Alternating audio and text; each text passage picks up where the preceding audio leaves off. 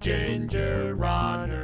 What is up, everybody? Ethan Newberry, the Ginger Runner, here for another gingerrunner.com review. I am excited about this one. Reviewing a new shoe today, all the way from New Balance, all the way from them. You might remember a recent review of the New Balance Vazee Pace. Well, guess what? Today, I'm reviewing the New Balance Vazee Summit, an ass-kicking trail shoe. So gnar, bruh. Basically, the Vazee Summit is a lightweight, fast, grippy trail shoe, a responsive Acteva midsole, rock-stop 4-foot plate to protect the bottom of your forefoot, ridiculously huge outsole lugs. The shoe seemingly has it all. Is this New Balance's next big thing? Well, looking back, New Balance created one of my favorite trail shoes of all time, the 1010 V2, which is no longer in production, of course. I love the wide toe box, the minimal feel, comfortable, flexible grip. While durability was an issue, it still remained one of my favorite go-to fast-paced trail shoes, especially for shorter races. And the Vazee Summit seems to be a nice replacement to that. Has a bit more stack height, far more durability. Kind of fits that middle ground between the MT101 and the Leadville from New Balance. That being said, I'm enjoying the miles that I'm putting in this shoe quite considerably, more than I expected. I do have some dislikes. I'm going to get to all of that in today's review. Let's get started with things that I like about the Vazee Summit. Wait, the shoe is pretty light.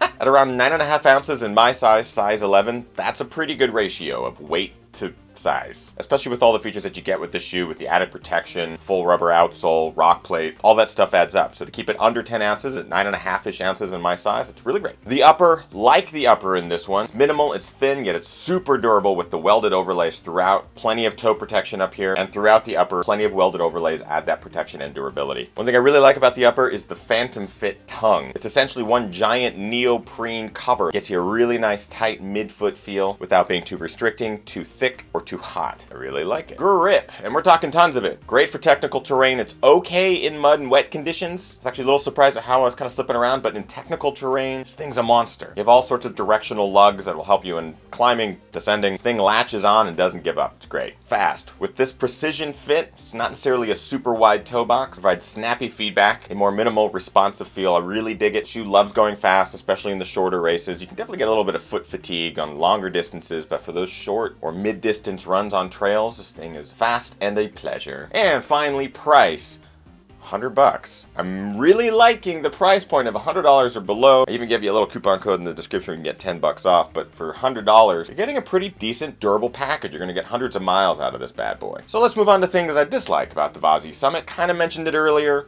Narrow. It's not a super wide toe box. It's also not a very forgiving toe box, not very stretchy. That being said, there are wide versions of this shoe, which is great for those of us with wider feet. While it might not necessarily give you the widest toe box, it does give you more volume, which is a huge perk, huge benefit. With the regular width, I do definitely get a bit of pinky toe rub, and it hurts. Responsiveness. If you've watched my reviews before, you know that I tend to favor a bit more cushioned ride, though there are benefits to having a responsive ride, and I always usually talk about those in the review. In this case, the responsiveness gets in the way of the shoe for longer distance runs. I mentioned it earlier. I had the same issue with the 1010 V2, which still maintains its status as one of my favorite trail shoes. While I know some of you might be able to use this for a 50K, 50 mile, or 100 mile distance, it may not necessarily work that way for everybody. A bit softer midsole, a bit more cushioning can definitely benefit all of us in that department for the longer hauls. However, for short distances, it tends to do just fine. And finally, drainage. I actually saw reports of people having really positive things to say about the drainage in the shoe. I had the opposite experience. The 2 times I ran in the shoe in wet conditions, the shoe retained most of the moisture that it picked up along the trail, and I don't know whether to fault the shoe for this, the engineering or whatever, but it got really noisy, real squeaky. My best impression of that noise would be it's like you're staying in a cheap hotel room with thin walls. But if you're not necessarily dealing with inclement weather, this shoe could be really great on fire roads, dry conditions, all that good stuff. And that is it for dislikes about the Vazee Summit. As I mentioned, great shoe, having a lot of fun in it, loving my miles so far in this badass. So let's get on with the points. Quality. The shoe has held up surprisingly well. I'm going to give it 4 out of 5 on quality. I think the upper is just comprised of really durable materials. The welded overlay helps a lot in that department. Nothing's really coming undone. Overall, decent quality. Comfort, as I mentioned, it's going to be, for me, a bit of a shorter distance shoe, mid-distance shoe. I'm going to give it 4 out of 5 on comfort. And price, as I mentioned, I like the price of this shoe. I think it's fairly affordable for what you get. I'm going to give it 4 out of 5. Finally, looks.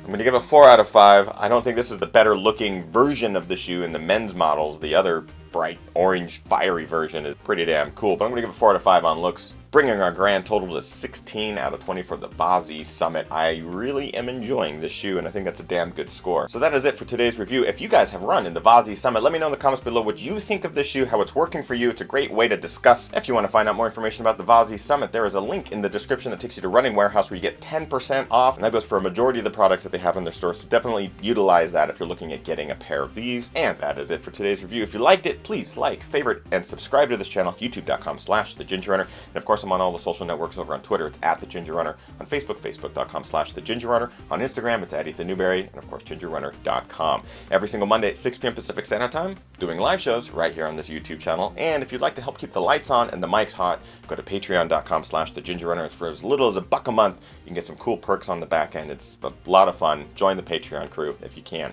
Now, get out there, train hard, race harder, and party the hardest. I know I am. See you guys next week. Okay, bye!